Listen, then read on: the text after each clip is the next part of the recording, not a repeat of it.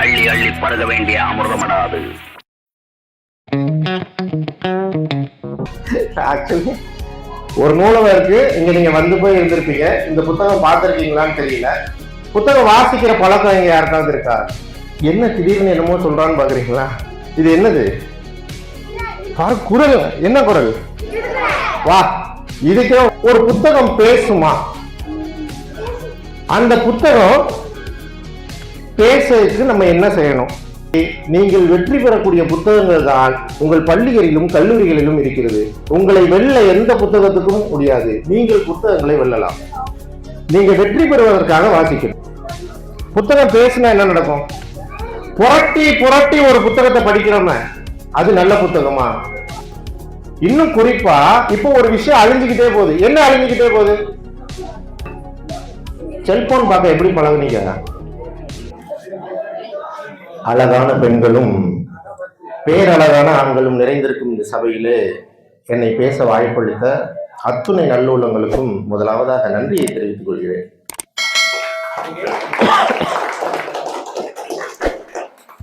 எப்பவுமே எங்களை மாதிரி இந்த புத்தகத்தை பத்தி இல்லை ஏதாவது படிக்கணும், வாழ்க்கையில் உருப்படணும், இப்படிலாம் பேச வர்றவங்களுக்கு ஒரு 12 மணிக்கு தான் பேச கொடுப்பாங்க. அப்போதான் உங்களுக்கும் பசிக்கும், எனக்கும் பசிக்கும். எப்படா வீட்டுக்கு போய் இன்னைக்கு என்ன கிழமை? ஞாயிற்றுக்கிழமையா? இன்னும் கடுமையாக வேற பசிக்கணும். எடுத்த ஆட்டையும் கோழியையும் எப்போ தின்றி பார்க்கறது? அம்மாலாம் நல்லா சமைக்கும் போதே டேஸ்ட் பார்த்துருப்பீங்க.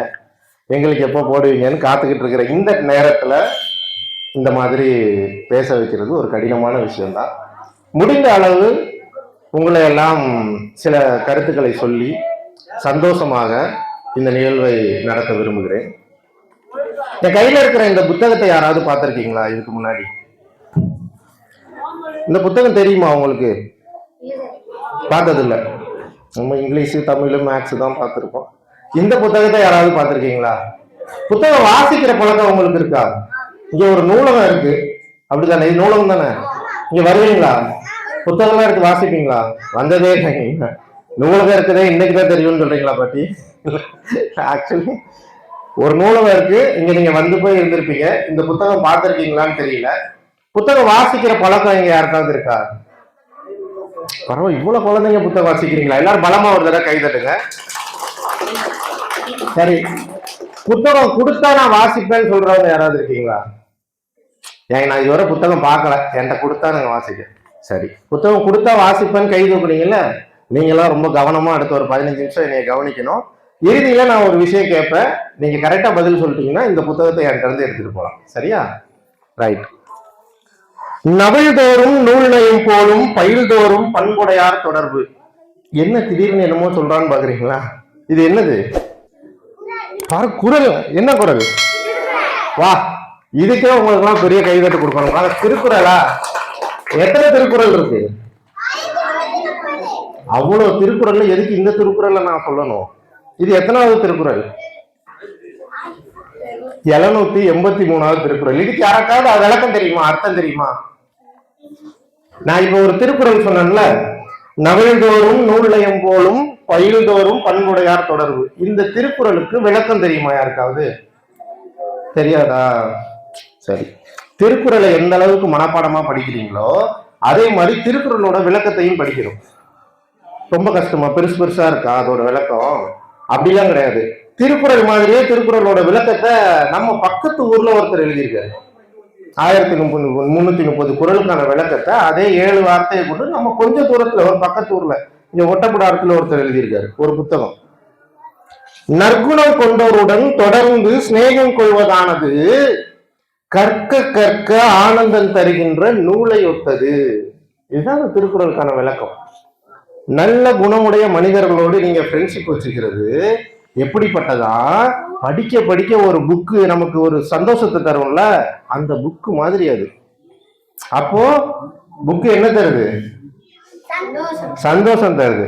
ரைட். இன்னைக்கு நமக்கு என்ன தலைப்பு கொடுத்திருக்காங்க? புத்தகம் பேசுது அப்படின்னு தலைப்பு கொடுத்திருக்காங்க. ஆக ஒரு புத்தகம் பேசுமா? அந்த புத்தகம் பேசுறதுக்கு நம்ம என்ன செய்யணும்? புத்தகம் இதுக்கு முன்னாடி யார்கிட்ட எல்லாம் பேசி இருக்கு? உங்ககிட்ட பேசினா உங்களுக்கு என்ன நடக்கும்? இந்த மூணே விஷயத்தை தான் அடுத்த ஒரு 15 நிமிஷத்துல உங்ககிட்ட சொல்லி நான் விடைபெற போறேன். ஒரு கல்லூரிக்கு எதிரில் ஒரு ஆலமரம் இருக்கு, ரொம்ப பெரிய ஆலமரம். ஆலமரங்கள் பல வருஷமா இந்த பூமியில வாழ்ந்துட்டு இருக்கு, அப்படிதானே? அப்படியா? என்ன பெரிய ஆலமரம்? எல்லாமே ஒரு சின்ன விதையில இருந்து வந்தது தானே, அப்படித்தானே? ஒரு கல்லூரிக்கு வெளியே ஒரு பெரிய ஆலமரம் இருக்கு. இப்ப கல்லூரியில இருந்து யாரு வருவா? கல்லூரியில டீச்சர் மட்டும், பசங்க எல்லாம் வருவாங்க. ஆலமரத்துக்கு கீழே பொதுவா யார் உட்கார்ந்துருப்பா? ஆலமரத்துக்கு கீழே ஒரு 4 பசங்க உட்கார்ந்துருக்காங்க. இந்த 4 பசங்க உட்கார்ந்து கல்லூரியில இருந்து வெளியே வர்ற பிள்ளைங்களை பாக்குறாங்க. அதானே பண்ணுவாங்க இல்லையா? நீங்க அதானே பண்ணிருப்பீங்க. கல்லூரியில இருந்து வெளியே வர்ற பெண் பிள்ளைகளை பார்த்து இவங்க ஒண்ணு சொல்றாங்க. என்ன சொல்றாங்க தெரியுமா? கொடுத்து வச்ச மகாராசிங்க, அவங்க பாட்டுக்கு வராங்க, படிக்கிறாங்க, நாளைக்கு பின்ன இன்னும் 2 வருஷத்துல படிச்சு முடிச்சுட்டு கல்யாணம் முடிச்சு நிம்மதியா போயிடுவாங்க. நம்மளும் பாரு, அக்கா தங்கச்சி கல்யாணம் முடிக்கணும், அப்பா அம்மாவுக்கு பயந்து வாழ வேண்டியிருக்கு, என்னடா பொழப்புது அப்படின்னு யார் சொல்றா? பசங்க சொல்றாங்க. இப்போ அந்த பக்கம் பொண்ணுங்க நடந்து போயிட்டு இருக்காங்கல்ல, அவங்க இந்த பசங்களை பாக்குறாங்க. அப்படியே ஆலமரத்து அடியில கால் மேல கால் போட்டு நல்ல கால் ஆட்டிக்கிட்டு எவ்வளவு ராஜ வாழ்க்கை வாழ்றாங்க. எவ்வளவு எங்களை கேட்க வேண்டாம், அவன் பாட்டுக்கு இஷ்டத்துக்கு வீட்டுக்கு வரலாம், அவன் பாட்டுக்கு போலாம், என்ன வேணா செய்யலாம். நமக்கு அப்படியா? எந்திரிச்சதுல இருந்து வேலை செய்யணும், பள்ளியிடத்துக்கு ஓடி வரணும், திரும்ப வீட்டுக்கு போனா ஆத்தா காக்க கேள்விக்கெல்லாம் பதில் சொல்லணும் அப்படின்னு யார் சொல்றா? பிள்ளைங்க சொல்றாங்க. இப்போ பயங்கரமான ஒரு சிரிப்பு சத்தம் கேக்குது. யார் சிரிக்கிறா? இந்த ஆலமரம் சிரிக்குது. அட பாவி மனுஷங்களா, வாழ்றத விட்டு இப்படி அடிச்சவனை பார்த்து பேசிக்கிட்டே இருக்கீங்களே, என்னைக்கு தாண்டா நீங்களா வாழ போறீங்க அப்படின்னு. இப்படியாக இந்த இயற்கை உங்களை பார்த்து கொண்டே இருக்கிறது. நீங்கள் எல்லோரும் எப்பொழுதும் உங்களை பார்க்காமல் அடுத்தவர்களை பார்த்து கொண்டே இருக்கிறீர்கள்.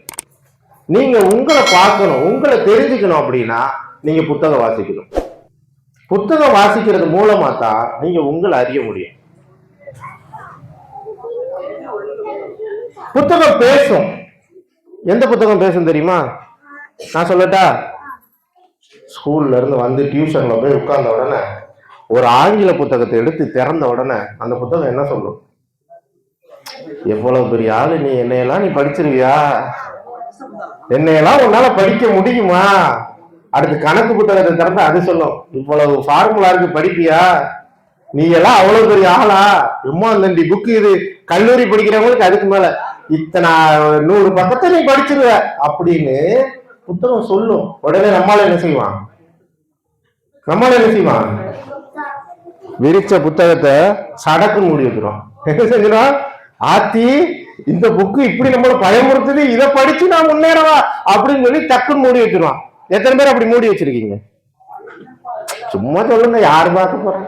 உண்மையை தானே பேசுறோம், உண்மையை பேசுறதுக்கு பயப்படக்கூடாதான். அப்படி மூடலையே இல்லையா? எவ்வளவு பெரிய படிப்பாளிகள் முன்னாடி நான் பேசிக்கிட்டு இருக்கிறேன். அப்படியாக புத்தகம் உங்களை பயமுறுத்துகையில் நீ என்ன அவ்வளவு பெரிய அப்பாட்டக்கரா, என்ன படிச்சிருக்கான்னு கேட்கும்ல, அந்த புத்தகத்திடம் நீங்கள் சொல்ல வேண்டியது என்ன தெரியுமா? ஆமாடா, நான் அவ்வளவு பெரிய அப்பாட்டக்கர் தான், நீயா நானும் போட்டு பார்த்துருவோம் வா அப்படின்னு சொல்லி ஒரு 2 தடவை அதை படிச்சு எழுதி பாருங்க. அந்த புத்தகத்தை நீங்க ஜெயிச்சிருவீங்க.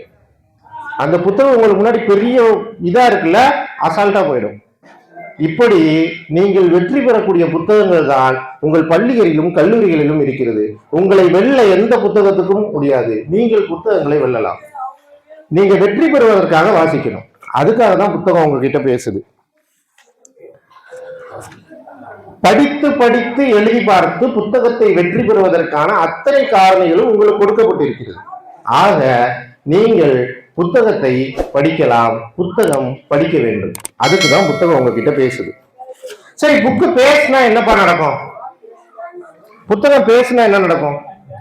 புரட்டி புரட்டி ஒரு புத்தகத்தை படிக்கிறோமே, அது நல்ல புத்தகமா? வலம்புரி ஜான் சொல்லுவாரு, எந்த புத்தகத்தை புரட்டி புரட்டி படிக்கிறோமோ அது நல்ல புத்தகம் கிடையாது. எந்த புத்தகம் உன்னை படிக்கிற போது புரட்டி புரட்டி எடுக்கின்றதோ அதுவே நல்ல புத்தகம். அப்போ ஒரு புத்தகத்தை படிக்கும்போது நம்ம அதை புரட்டி எடுக்கணும். நாமத்துக்குமார் தெரியுமா அவங்க எல்லாருக்கும்? அவர் சொல்லுவார், எவ்வளவு பாட்டு எழுதியிருக்காருன்னா எவ்வளவு பாட்டு, ஒரு 5000 பாட்டுக்கு மேல எழுதிருப்பாருல, எல்லாமே ஹிட் சாங்ஸ் தான், எல்லாருக்கும் ரொம்ப பிடிச்ச பாட்டு, அப்படிதானே? அவ்வளவு பெரிய மனுஷன் என்ன சொல்லுவார் தெரியுமா? அவர் அதெல்லாம் எழுதுறதுக்கு காரணமா இருந்தது அவர் படித்த புத்தகங்கள் தான். ஒவ்வொரு புத்தகத்தை நீங்க தொடும் பொழுதும் ஒரு அனுபவத்தை தொடுகிறீர்கள் அப்படின்பாரு. ஒரு மனுஷன் வாழ்ந்த வாழ்க்கையை தொடுகிறீங்க அப்படின்னு. நம்ம எல்லாராலையும் அமெரிக்காக்கெல்லாம் போக முடியுமா? நம்ம போய் பார்த்துருக்கோமா? ஆனா ஒரு புக்கு மூலமா நீங்க அமெரிக்காவை பார்த்துடலாம். காந்தி தாத்தா யாராவது பார்த்துருக்கீங்களா? நான் பார்த்தது இல்லை, நான் சின்ன பையன். நீங்களாம் பார்த்துருக்கீங்களா? காந்தி தாத்தாவை பார்க்கணும்னா அவர் எழுதின புக்கை நீங்க படிச்சா போதும், ஓ இப்படியெல்லாம் ஒரு மனுஷன் வாழ்ந்திருக்காரு, உங்க கற்பனையில ஒரு காந்தி வருவார், அப்படித்தானே? ஆக புத்தகம் வாசிக்கையில் என்ன நடக்கும்? புத்தகம் உங்களை புரட்டி போடும். இன்னொரு பெரிய முக்கியமான விஷயம் நடக்கும். இன்னைக்கு வீட்டுல எத்தனை பேர் உங்க வீட்டுல உள்ளவங்களோட பேசிட்டு இருக்கிறீங்க? வீட்டுக்கு போனவங்க டிவியை போட்டு உட்கார்ந்துடுறது, இல்லைன்னா சோறு திஞ்சையிலே செல்லு, தனியா உட்காரும் போது செல்லு. உங்களுக்கு எல்லாம் புரியுத ஒரு விஷயம், வீட்டுல நீங்க பேசுற அந்த பேச்சுவார்த்தையை குறைஞ்சிக்கிட்டே வருது. ஒரு பொண்ணு ஒரு அப்பா கிட்டயோ அம்மா கிட்டயோ எவ்வளவு நேரம் பேசுவா? நீங்களா உங்க அப்பா அம்மா கிட்ட பேசிருக்கீங்களா? பேசுறீங்களா? முந்தி பேசுன மாதிரி பேசுறது இல்ல, உங்க பேச்சே குறைஞ்சு போச்சு.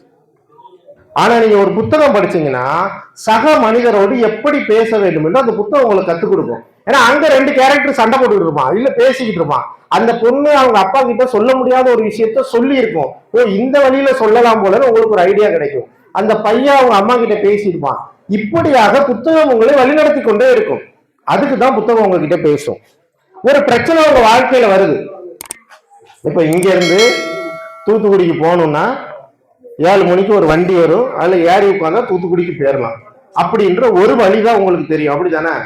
ஆனா அறிஞர்கள் சொல்றாங்க ஒரு பிரச்சனைக்கு குறைந்தது 5 வழிகள் இருக்குமா. அப்போ வெவ்வேறாக சிந்திக்க வேண்டுமானால் நீங்கள் என்ன செய்ய வேண்டும்? புத்தகம் படிக்க வேண்டும். புத்தகம் படிச்சீங்கன்னா அந்த புத்தகத்துல வர்ற கதாபாத்திரங்கள் ஒரு பிரச்சனையை அணுகிற விதம் உங்களுக்கு தெரியும். அப்ப அந்த விதத்தை வச்சு நீங்க வரிசையா அந்த பிரச்சனைகளை அணுகிக்கலாம். ஒரு கணவன் மனைவி கிட்ட ஏதாவது ஒரு இடத்துல போய், ஆமா இந்த மாதிரி இந்த நண்பர்களோட வெளியே போயிட்டு வர அப்படின்னு சொல்லி பெர்மிஷன் கேட்கறது ஜாலியா எப்படியெல்லாம் கேட்கலாம் கூட இந்த புக்கு சொல்லி கொடுக்கும். ஆக புத்தகம் வாசிக்கிறது ரொம்ப நல்லது. அதாவது சாத்தியத்திலிருந்து சாத்தியம் ஒண்ணு நடக்கும். சாத்தியத்திலிருந்து சாத்தியம்னா என்ன? இப்போ ஒரு சைக்கிள் இருக்கு, சைக்கிள் மெதுவா போகும். அப்புறம் கொஞ்ச நாள் கழிச்சு என்னாச்சு, ஒருத்தன் வேகமா போறதுக்கு சைக்கிள்ல கீர் சைக்கிள் ஒண்ணு கண்டுபிடிச்சான். அதுக்கப்புறம் இன்னும் மோட்டரை மாட்டி ஒரு வண்டி கண்டுபிடிச்சான். இப்படி ஒரு இருந்த பொருள்ல ஒண்ணு கண்டுபிடிச்சிட்டே வரான். இப்போ இல்லாத ஒரு விஷயத்த இருக்குன்னு சொல்லணும், நடக்காத ஒரு விஷயத்த நடக்குன்னு காட்டணும். அந்த அறிவு ஒரு மனுஷனுக்கு வரணும், அதுக்கு புத்தகம் வாசிக்கணும். அப்ப என்ன பண்ணாங்க, என்னடா பறவை மட்டும் வானத்திலே பறந்துட்டு இருக்கு, நம்மளால பறக்க முடியாதான்னு யோசிச்சான். ஒருத்தர் விமானத்தை கண்டுபிடிச்சான். நண்பர்களே, உங்களுக்குள்ள யோசனைகளை எல்லாம் எப்படி நீங்கள் செயல்படுத்த வேண்டும் என்பதை இந்த புத்தகங்கள் உங்களுக்கு கற்றுத்தரும். அதற்காக வேணும் நீங்கள் வாசிக்க வேண்டும். இன்னும் பலமா போனோம்னா, ஏன் ஒரு மனுஷன்ட்ட ஒரு புக்கு பேசணும்? உங்களை உணர. இங்க எத்தனை பேருக்கு நீங்க யாருன்னு தெரியும்? நீங்க யாரு? என் பேரு குப்புசாமி, நானு இந்த பக்கமா வயக்காட்டுல வேலை செய்யறேன், நானு வீடு வச்சிருக்கேன், எனக்கு 2 பிள்ளைங்க இருக்கு, இதான் நானா? இந்த பதில் தான் சொல்லுவீங்களா? நீங்க யாருன்னு கேட்டா பாதி பேர் நீங்க பாக்குற வேலையை சொல்லுவீங்க. நீங்க யாருன்னு கேட்டா அதுதான் பதில சொல்லணுமா? நீங்க யார் என்பதை நீங்கள் அறிந்து கொள்ள புத்தகம் வாசிக்க வேண்டும். இன்னும் குறிப்பா இப்போ ஒரு விஷயம் அழிஞ்சுக்கிட்டே போகுது. என்ன அழிஞ்சுக்கிட்டே போகுது? இந்த உலகத்துல ஒரு விஷயம் அழிஞ்சுக்கிட்டே போகுது. என்ன அழிஞ்சுக்கிட்டே போகுது? உங்க பேசுறது அழிஞ்சே போச்சு. அடுத்து மனிதனுக்கு மனிதன் உதவி செய்வது அழிந்து வருகிறது. தெரியுமா உங்களுக்கு?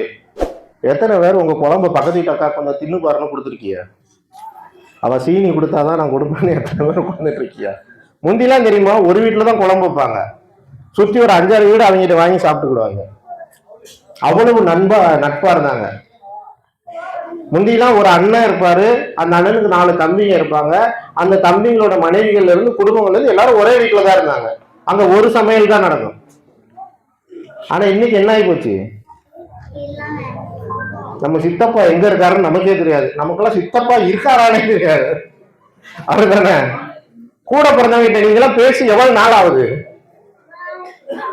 தினமாவது போன் பேசுவீங்களா? இப்ப போன் வேற இருக்கு. அன்னைக்காவது நடந்து போய் மாட்டு வண்டியில போய் பார்த்துட்டு வரணும், பக்கத்து ஊர்ல கட்டி கொடுத்தா. இன்னைக்கு போன்லாம் இருக்கு.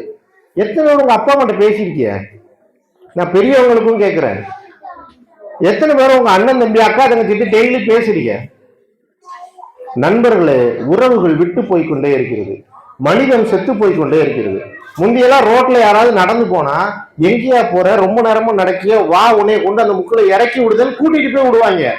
இன்னைக்கு அண்ணன் சொன்ன மாதிரிதான், ஒரு கிளவி போனா கூட பக்கத்துல போய் வழி எங்கன்னு கேட்க கூட கிளவி பயந்து ஓடுது அப்படின்னு நடந்தா. அந்த மாதிரிதான் காதுல இருக்கிற அத்துட்டு போயிடறானு பயம். இந்த பயங்கள் நீங்க இந்த மனிதன் வளர நீங்கள் புத்தகங்கள் வாசிக்க வேண்டும். இந்தியாவிலே, அதாவது உலகத்திலே 6வது பணக்காரர் ஒருத்தர் இருக்காரு. 1540 கோடி சொத்து வச்சிருக்காராம். 1540 கோடி இந்திய மதிப்புல இல்ல, அமெரிக்க டாலர் மதிப்புல. ஒரு அமெரிக்க டாலர் இந்தியால 100 ரூபான்னு நினைக்கிறேன், 90 ரூபா. அப்போ 1540 கோடினா நம்ம இன்னும் சீரா போட்டுக்கிட்டே போக வேண்டியதான். அத்தா தண்டி பணக்காரர் கிட்ட போய் அவர் எப்படி போன பெரிய ஆளானார் தெரியுமா? மல்லிகை கடை வச்சிருந்தாரு. அப்புறம் அது எல்லாத்தையும் வித்தாரு. பெரிய பெரிய சூப்பர் மார்க்கெட்டை கொண்டு வந்தாரு. வெவ்வேறு பிசினஸ் பண்ணாரு. பெரிய பணக்காரர் ஆயிட்டாரு. உலகத்துல நம்பர் 1 பணக்காரால இருந்தாரு. அவர்கிட்ட போய் கேக்குறாங்க, எப்படியா இவ்வளவு பெரிய ஆளானீங்க அப்படின்னு. அவர் சொன்ன பதில், ஒரு நாளைக்கு 500 பக்கங்கள் நான் வாசிப்பேன். ஒரு நாளைக்கு எத்தனை பக்கம் வாசிக்கிறாரா? 5 முதல் 6 மணி நேரம் நான் வாசிப்பில் செலவு செய்வேன் அப்படின்னு. நண்பர்களே, இன்னைக்கு இருக்கிற பணக்காரர்கள்ல 85% பேர் முதல் தர பணக்காரர்கள். வெறும் 15% பேர் தான் அப்பங்காசுல வந்தவங்க, அப்பங்காசுல பணக்காரனானவங்க. மீது 85% பேர் அவர்களே உழைப்பில் முதல் தரமாக பணக்காரர்களானவர்கள். இந்த 85% பேரிடமும் ஒரு கேள்வி கேட்கப்பட்டது, எப்படி நீங்கள் இதை சாதித்தீர்கள் என்று. அவர்கள் அனைவருமே சொல்கிற விஷயம், நாங்கள் வாசிப்பு பழக்கத்திற்கு உள்ளானவர்கள், நாங்கள் புத்தகங்களோடு பேசுகிறவர்கள். சரி சார், எவ்வளவு புக்கு படிப்பீங்க? ஒரு வருஷத்துக்கு 50 புக்கு படிப்பாங்களாம். ஒரு வருஷத்துக்கு 50 புக்குனா வாரத்துக்கு, வருஷத்துல எத்தனை வாரம் இருக்கு? 52 54 இருக்கும். அப்ப வாரத்துக்கு 1. ஒரு வாரத்துக்கு 1 புக்கு படிக்கிறாங்க. நீங்களும் ஒரு வாரத்துக்கு 1 புக்கு படிங்க. படிச்சீங்கன்னா அந்த புக்கு உங்ககிட்ட பேசும். நாளுக்குள்ள நீங்களும் பணக்காரரானா இந்த இடத்துல இன்னும் பிரம்மாண்டமாலாம் கூட்டம் நடத்தலாம்ல. அதுக்காக வாசிங்க, சரியா? ஆக இப்படியாக சாதித்த அனைவரிடமுமே இந்த புத்தகம் பேசி இருக்கிறது. உங்களிடமும் இந்த புத்தகங்கள் பேச வேண்டும். நீங்களும் சாதனையாளர்களாக மாற வேண்டும். அதற்கு முதல் படி வாசிப்பதில் இருந்தால் தொடங்குகிறது. சரி, நான் என்னெல்லாமோ பண்ணி பாக்குறேன், என்னால வாசிக்க முடியல அப்படின்னு கொஞ்சம் பேர் இருப்போம்ல. புத்தகத்தை எடுத்தாலே தூக்கம் வருது, போய் பார்த்தாலே, எனக்கெல்லாம் பார்த்தாலே தூக்கம் வந்துடும். படிக்கிற காலத்துல படிக்கவே மாட்டேன் நான். நண்பர்களும் இல்ல, பேரை சொன்னா தூக்கம் வருதுடா, நீ வேற சும்மா அப்படிமா. இப்படியெல்லாம் நிறைய உண்மையிலே இருக்காங்க. அப்ப நம்ம எப்படிதான் இதுக்குள்ள வர்றது? செல்போன் பார்க்க எப்படி பழகுனீங்க? செல்போன் இருக்குல்ல, செல்போனு என்னன்னு நீங்க, நல்ல மணி 12 ஆகி போச்சு, பிக் பாஸ் 2வது ப்ரோமோ வந்துடும், இன்னைக்கு எவன் வெளியே போவான்னு தெரியல, அந்த இடத்துல உட்காந்துக்கிட்டு செல்போனை பாத்தியா, புக்க படிச்சியான்னு என்ன போட்டு டார்ச்சர் பண்றீங்களா அப்படின்றீங்களா? சரியா? ஆக நல்லா தெரிஞ்சுக்கோங்க, செல்போனு உங்க கைக்கு வந்துச்சா, நீங்க அதை தினமும் எடுத்தீங்களா, தடவி தடவி பாத்தீங்களா, அதுக்கு நேரம் செலவு பண்ணீங்களா, அதனால அதுக்கு அடிமையாயிட்டீங்க. ஒரு புத்தகம் இருக்கு, நீங்க தினமும் செய்ய வேண்டிய விஷயம் சின்ன சின்ன விஷயங்கள்ல இருந்தா பெரிய விஷயம். நான் முதல்ல சொன்னேன், என்ன பெரிய ஆலமரம், சின்ன விதை தானே. என்ன பெரிய கடல், சின்ன துளியில இருந்தானே ஆரம்பிக்குது.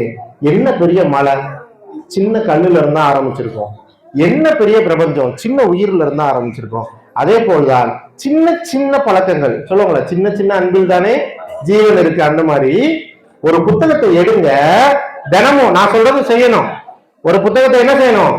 டேபிள் மேல இருக்கும், புத்தகத்தை எடுக்கணும், திறக்கணும், மூடணும், வச்சிடணும். என்ன பண்ணணும்? உண்மையில சொல்றோம்ப்பா, புத்தகத்தை எடுக்கணும், திறக்கணும், மூடணும், வச்சிடணும். ஒரு வாரம் இதை செய்யணும். எத்தனை வாரம் செய்யணும்? அதுக்கு அடுத்த வாரம் என்ன செய்யணும் தெரியுமா? அதே புத்தகத்தை எடுக்கணும், திறக்கணும், உங்க கண்ணுக்கு தெரியும் அந்த ஒரு சென்டென்ஸ், ஒரு வாக்கியத்தை வாசிக்கணும். எதை வாசிக்கணும்? ஒரு வாக்கியத்தை. அந்த மகானை பல முறை நான் பார்த்திருக்கிறேன், மூடி வச்சிடணும். இப்படி ஒரு வாரம் பண்ணுங்க. இந்த ஒரு வாரம் பண்ணும்போது இந்த புத்தகம் உங்ககிட்ட பேசி இந்த புத்தகமே உங்களை படிக்க வச்சிடும். இதையெல்லாம் நீங்கள் ஒரே வாரத்துல கத்துக்கலாம். ரொம்ப பெரிய விஷயம் இல்ல, ஒரு வாரத்துல முடியக்கூடிய வேலை தான். நான் என்ன மட்டும் சொல்ல, உங்களை சொல்லல, நமக்கு முன்னாடி சாதித்தவர்களை, அதாவது யாரிடமெல்லாம் புத்தகம் பேசி இருக்கிறதுன்னு ஒரு 3 பேர் தான். செருப்பு தைப்பவரின் மகனாக இருந்தாரு. யாரு? செருப்பு தைப்பவரின் மகனாக இருந்து உலகிலேயே மிகப்பெரிய வல்லாதிக்க நாடான அமெரிக்க நாட்டின் ஜனாதிபதியாக உயர்ந்த ஒருவர். அவர் பேர் என்ன? Abraham Lincoln. அவர்கிட்ட புத்தகம் பேசிச்சு. புத்தகம் பேசுறதுக்கு விளக்குடியில உட்கார்ந்து படிச்சுக்கிட்டு இருப்பாராம். அவர்கிட்ட புத்தகம் பேசியது. அவர் ஒண்ணும் இல்ல, இங்க பாருங்க, தாத்தா ஜாலி பண்ணிட்டு இருக்காரு, நம்மளும் ஜாலி பண்ணிட்டு இருக்கோம். சரியா? ஆக அப்படிப்பட்ட அந்த ஆபிரகாம் லிங்கனிடம் புத்தகம் பேசியது அவர் ஜனாதிபதியானார். கடற்கரை தெருக்களில் பேப்பர் போட்டுட்டு இருந்த ஒரு பையன், கடற்கரை தெருக்களில் பேப்பர் போட்டுக்கிட்டு இருந்த ஒரு பையன் கிட்ட புத்தகம் பேசியது இந்த உலகமே இந்தியாவை திரும்பி பார்க்க வைக்கக்கூடிய அணு விஞ்ஞானியாய் மாறினார். யாரு? அப்துல் கலாம். இன்னும் பலமா போகணும்னா, அன்னைக்கெல்லாம் வாள் வச்சு சண்டை செஞ்சுதான் ஒரு நாட்டை பிடிச்ச ஆட்சி செஞ்சாங்க. கரெக்டா? அப்போ அதிகாரத்தை வாளின் கூர்மை நிர்ணயித்தது. சேரர்கள் பெரியவர்களா, சோழர்கள் பெரியவர்களா, பாண்டியர்கள் பெரியவர்களா, முகலாயர்கள் பெரியவர்களா, ஆங்கிலேயர்கள் பெரியவர்களா, தமிழர்கள் பெரியவர்களான்னு வாளிட்டு கத்திக்கிட்டு துப்பாக்கிட்டு சண்டை போட்டு வாளின் கூர்மை ஆட்சி அதிகாரத்தை நிலைத்திருந்தது. ஆனா இன்னைக்கு நூலின் கூர்மை, பேனாவின் கூர்மை ஆட்சி அதிகாரத்தை நிலை பெற செய்கிறது. 50 வருடங்களாக ஒரு நாட்டை ஆட்சி செய்த ஒருவன் அர்ஜென்டினாவின் தெருக்களிலே மருத்துவனாக திரிந்து கொண்டிருந்த அவனிடம் புத்தகம் பேசியது கியூபாவின் மிகப்பெரிய புரட்சியாளனானான். சேக்குவாரா சாகும்போது அந்த புரட்சியாளனுக்கு செய்தி சொல்லி விடுறாரு. சேக்குவாராவை அடிச்சு தூக்கி கொண்டு போய் ஒரு இடத்துல போடுறாங்க. ஒரு இடம் கேவலமா இருக்கு. அப்ப அவருக்கு உணவு கொண்டு வருகிறார் ஒரு ஆசிரியர். அந்த ஆசிரியர் கிட்ட கேட்கிறாரு, இது என்ன இடம் அப்படிங்க. பள்ளிக்கூடையா அப்படிங்க. பள்ளிக்கூடத்தை இவ்வளவு கேவலமாவா வச்சிருக்கீங்க அப்படிங்க. அவருக்கு என்ன பண்ணனே தெரியல. கவலைப்படாதீர்கள், நாளை புரட்சி ஜெயித்து நாங்கள் ஆட்சிக்கு வரும் பொழுது உங்களுக்கு நல்ல பள்ளிக்கூடம் கட்டித்தாரோம் அப்படின்னு. யாருக்கிட்ட? தன்னை தனக்கு தூக்கு தண்டனை நிறைவேற்றி நாளைக்கு தூக்குல போட போறாங்க இன்னைக்கு சொல்றாரு. நான் ஆட்சிக்கு, நாங்க புரட்சி ஜெயித்து மக்களாட்சி மலரும் பொழுது நல்ல பள்ளிக்கூடமா உங்களுக்கு கட்டித்தரப்படும் அப்படின்னு. என் பொண்டாட்டி பிள்ளைகிட்ட சொல்லுங்க, பொண்டாட்டிக்கு சொல்லுங்க, பிள்ளைகளை நன்றாக படிக்கவை, படித்து அவர்கள் நன்றாக படித்து முடித்தவுடன் புரட்சி போருக்கு அழைத்து வா அப்படின்னு. இவருக்கு ஃபிடலுக்கு சொல்லிடு, சேக் தான் தோற்று போனான், புரட்சி என்றுமே தோற்காது என்று. புரட்சி என்றுமே தோற்காது, சே தோற்றுவிட்டான். ஆக நண்பர்களே, சேவிடமும் புத்தகம் பேசியது. சே எழுதிய புத்தகத்தை வாசித்து 50 வருடங்களாக கியூபாவை ஆட்சி செய்தார் பிடல் காஸ்ட்ரோ. பிடல் காஸ்ட்ரோ கையில எப்பயுமே ஒரு புக் வச்சிருப்பாரு, கடலும் கிழவனும்னு ஒரு புக். எத்தனை பேர் படிச்சிருக்கீங்க? ரொம்ப அருமையான கதை. அந்த கதை நமக்கு என்ன சொல்லும் தெரியுமா? சாதிப்பதற்கு வயது தடை இல்லை. எப்பயுமே பிடல் கையில இந்த புக் இருந்துகிட்டே இருக்குமா, சாதிப்பதற்கு வயது தடை இல்லை. ஒரு மனுஷன் மீன் பிடிக்கிறவன், ஒரு மீன் பிடிக்க போறான், மிகப்பெரிய மீன் மாட்டிக்கிட்டு இழுக்க முடியல, போராடி எப்படி கரைக்கு கொண்டு வந்தேன் அப்படின்னு சொல்லி அந்த கதை இருக்கும். பயங்கரமான கதை. எப்பொழுதெல்லாம் வாழ்க்கையில் தடுமாறுகிறோமோ, எப்பொழுதெல்லாம் வாழ்க்கையில் துவண்டு போகிறோமோ, அப்பொழுதெல்லாம் அந்த புத்தகத்தை வாசிங்கள். அந்த புத்தகம் உங்களோடு பேசும். எல்லாமே இருக்கு, வீட்டுல இருக்கும், 3 வேளை சோறு இருக்கு, உடுத்த நல்ல உடை இருக்கு. ஆனா 24 மணி நேரமும் கவலை, கண்ணீர், கஷ்டம்னு புலம்பிட்டே இருக்குமே, ஒண்ணுமே இல்லை, இந்த மீனை கொண்டு வந்தாதாண்டா எல்லாம் கிடைக்கும்ன்ற கிளவை எப்படி கொண்டு வந்தான்னு அந்த புக்கு சொல்லும். அதை விட மிகப்பெரிய உங்களுக்கு உத்வேகம் தேவைப்பட்டு விட போகிறது. இன்னைக்கு என்ன நாள், என்ன விழா கொண்டாடிட்டு இருக்கோம்?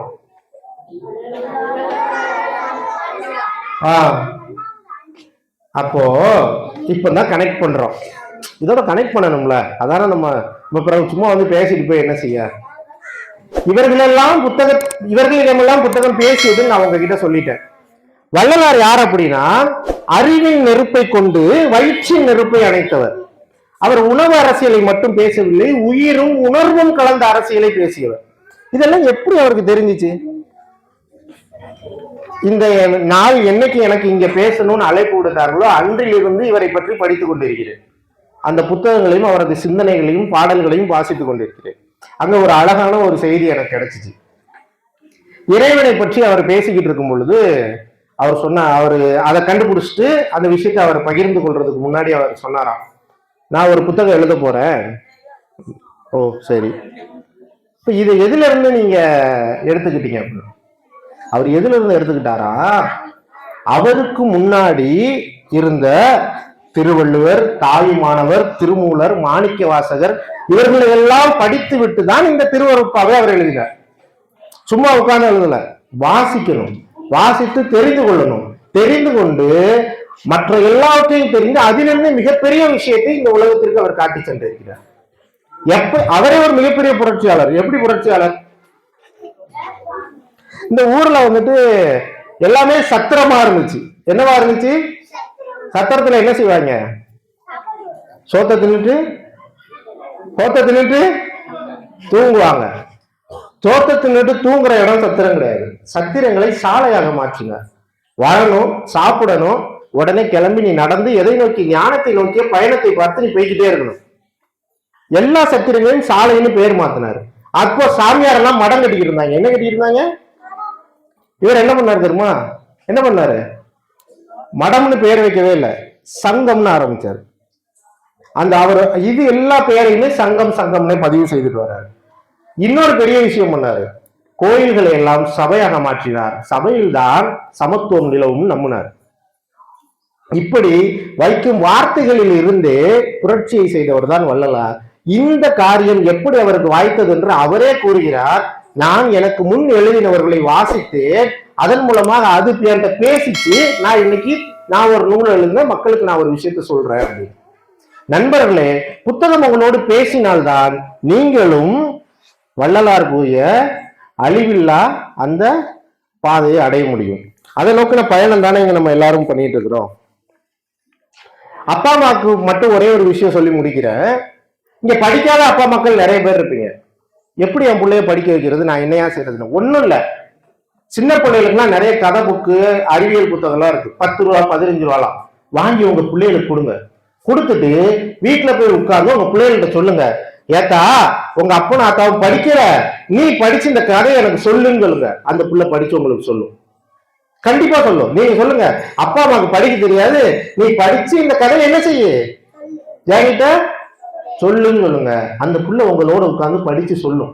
அந்த அழகே தனியா இருக்கும். படிச்ச அப்பா அம்மா இருப்பீங்க, அப்ப நாங்க என்னையா செய்யறது அப்படின்னு. ஒண்ணுமே இல்லை, நீங்க புத்தகத்தை வாங்கிட்டு போய் உங்க பிள்ளைகளுக்கு படிச்சு காட்டுங்க. அந்த பிள்ளைய அந்த கதையை கேட்கும்.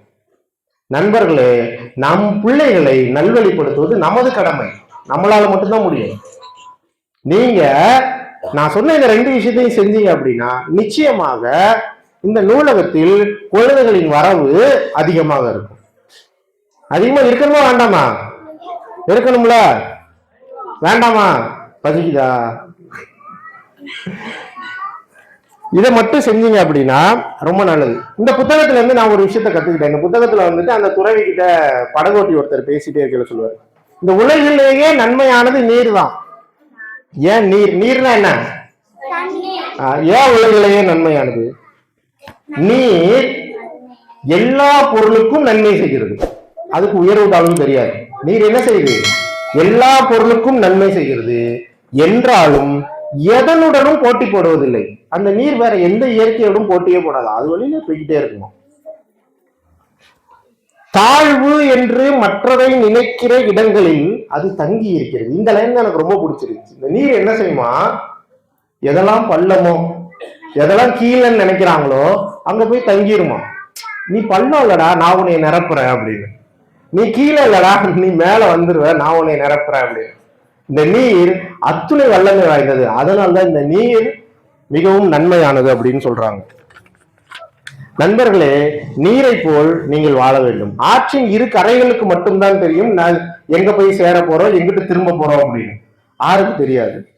ஆக நதி போல் போய்கொண்டே இருங்க அப்படின்னு வாலி ஒரு லைன் எழுதியிருப்பாரு. அது காரணம் இந்த புத்தகத்துல இருந்து படிச்சவர் எடுத்ததுதான். புத்தகங்கள் படித்தால் புத்தகங்கள் படிச்சு புத்தகம் உங்ககிட்ட பேசலைன்னா உங்களால எதையுமே பண்ண முடியாது. 8 நாள் வாழும் பட்டாம்பூச்சி இறப்பை பற்றி நினைப்பதில்லை. 80 வருடம் வாழும் ஆயுள் கொண்ட மனிதன் 20 நிமிஷம் கூட நிம்மதியா வாழ முடியும். அப்படிதானே? நாளை என்பதை விடியிடம் கொடுத்து இன்று என்பதை எழுந்து நடத்து. கண்ணீர் துளியை கலற்றி எடுத்து புன்னகை அணிந்து போரை நிறுத்து. நம்ம எல்லாருமே வாழத்தான் படைக்கப்பட்டோம். இங்க விரும்பி யாரும் பிறப்பதில்லை, விரும்பிய பாத்திரம் கிடைப்பதும் இல்லை. நீங்க விரும்பின பாத்திரம்னா என்ன? வீட்டுல இருக்க சட்டி பட்டியா? கிடையாது. நம்ம வாழ்ற வாழ்க்கை, நான் என்னவா வாழணும்னு ஆசைப்பட்டோம் அந்த வாழ்க்கையை நீங்க வாழ்றீங்களான்னு கேட்டா இங்க நிறைய பேருக்கு இல்லைன்னு தான் சொல்லுவோம். விரும்பிய பாத்திரம் கிடைப்பதில்லை. புளிக்கும் வாழ்க்கை அமைந்ததை எண்ணி சலிக்கும் மனதில் சந்தோஷம் இல்லை. ஏன் மனசுல சந்தோஷம் இல்லையா? வாழ்க்கை புளிச்சுக்கு நல்லாவே இல்லை. என்னடா வாழ்க்கை, இவனை கட்டிக்கிட்டு இவளை கட்டிக்கிட்டு நான் படுற அவசரத்துன்னு சொல்லி சொல்லியே சந்தோஷம் இல்லாம போச்சு. நண்பர்களே, நீங்கள் புத்தகம் வாசித்தீர்கள் என்றால் இப்படி பேச மாட்டீர்கள். என்ன சொல்வீங்கன்னு சொல்லட்டா? ஒவ்வொரு நொடியிலும் உன்னதம் காண்பது உலகில் பிறந்த உயிர்களின் உரிமை. உங்க எல்லாருக்கும் ஒரு உரிமை கொடுக்கப்பட்டிருக்கு. என்ன உரிமை? ஒவ்வொரு நொடியிலையும் அனுபவிச்சு வாழலாம். அந்த உரிமை உங்களுக்கு கொடுக்கப்பட்டிருக்கு. நிறைந்த வாழ்வு நேராக இருந்தால், நிறைந்த வாழ்வு எல்லாம் நிறைஞ்ச ஒரு வாழ்வு உங்களுக்கு கிடைக்கல அப்படின்னா, வந்ததில் நிறைவது வாழ்வின் கடமை. கிடைச்சதை வச்சு சந்தோஷமா இரு, வாழ்க்கை உனக்கு வசப்படும் அப்படின்னு சொல்லி யார் சொல்லியிருக்கா? புத்தகம் சொல்லியிருக்கு. இந்த புத்தகத்தை படிங்க, யார் என்ன சொல்லியிருக்கான்னு தெரியும். அடுத்தவர்களோட அனுபவங்களை தெரிந்து கொள்ளுங்கள். சொல்வதற்கு எதுவுமே இல்லை. இங்க உலகத்துல சொல்றதுக்கு எதுவும் இல்லை. வாழணும். வாழ்க்கை கடினமும் கூர்மையும் கொண்ட வேதனை தான். வாழ்க்கை அப்படிதான் இருக்கும், இருந்தாலும் வாழணும். ஆக நாம் எல்லாரும் மிகவும் சந்தோஷமாக வாழ வேண்டும். வாழ்வின் மீதான பற்று தளரும் போதெல்லாம் ஏதாவது ஒரு புத்தகத்தை எடுத்து வாசிங்க. நிறைய பேரோட தற்கொலை புத்தகங்கள் மாற்றி இருக்கு, நிறைய பேரோட புத்தகங்கள் பேசி இருக்கு. இனியாவது இந்த ஊரில் நான் அடுத்த முறை வந்து கேட்கும்போது நாங்க எல்லாரும் படிச்சோம்னு என்ன செய்யணும்? எல்லாரும் கை தூக்கணும். சும்மா கை தானே தூக்கி விடுவோம்னு சொல்லி தூக்கிடக்கூடாது. உண்மையில படிச்சிருக்கோம், கேள்வியில கேட்பேன். சரியா? கண்களை திறந்து காகிதத்தில் கனவுகளை தேடுங்கள், வாழ்வு வசப்படும், பேரன்பும் பெரும் மகிழ்ச்சியும். நான் கடைசியா ஒரு கேள்வி கேட்பேன், இந்த புக்கு தரேன்னு சொல்லியிருந்தேன்ல, அது கேள்வி இல்லை, நல்ல தெளிவா நல்ல கவனமா இருக்கணும். சரியா? நான் இதுல 3 விஷயம் செய்ய சொன்னேன். என்ன செய்ய சொன்னேன்? புக்கு படிக்கணும், வாரத்துக்கு எடுத்து திறந்து பார்க்கணும். நல்லா புரிஞ்சுக்கணும். திறந்து பார்க்கணும், ஒரு வாக்கியம் படிக்கணும். அப்ப அந்த புக்கு உங்ககிட்ட பேச ஆரம்பிக்கும்.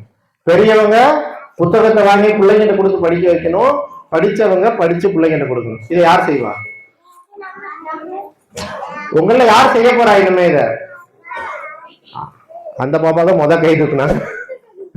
முதல்ல யார் கை தூக்குனீங்களோ அவங்க வந்து இந்த புக்கை வாங்கிக்கோங்க. நீங்க இனிமே இதை தொடர்ந்து செய்யுங்க.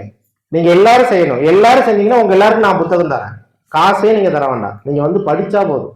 அப்படிதான் நாங்க தூத்துக்குள்ள பண்ணிட்டு இருக்கிறோம். தூத்துக்குள்ள என்ன பண்றோம்னா, தினமும் இரவு 8 மணில இருந்து 10 மணி வரைக்கும் என்னோட சொந்த 2 வீலர் எடுத்துட்டு போய் இதே மாதிரி நிறைய புத்தகங்களை போட்டு ரோட்ல நிற்பேன்.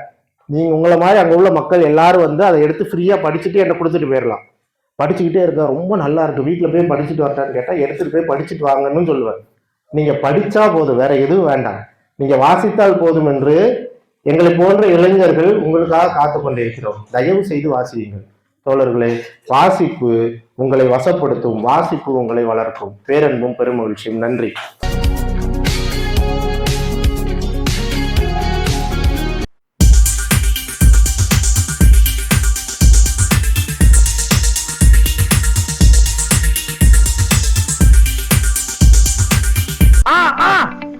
கூட்டம் போய் வேலை வட்டியா பாரு, போய்கிட்டாரு.